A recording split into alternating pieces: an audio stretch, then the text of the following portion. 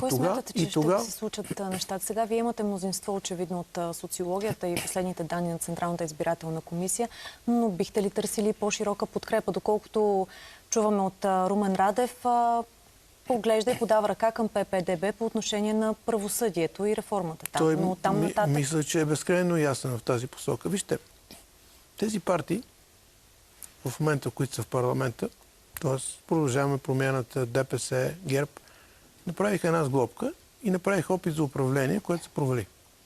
Не искам да правя този анализ. И не смятам, че трябва да правим. Хората оцениха техния провал в управлението. А вие получихте ли се от грешките? Да. За това и президента Радев, и ние всичките бяхме убедени, че на нас ни трябва множество от 121 депутата, за да можем наистина да не правим компромиси с никой един от тези партии, които вече няколко пъти бяха направили компромиси и резултата беше ясен.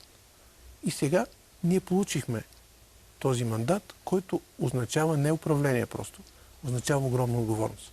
И тази отговорност ние поискахме, благодарим, че сме я получили и вярвайте, тази отговорност ние знаеме как да се справиме с нея. Затова ви го казвам.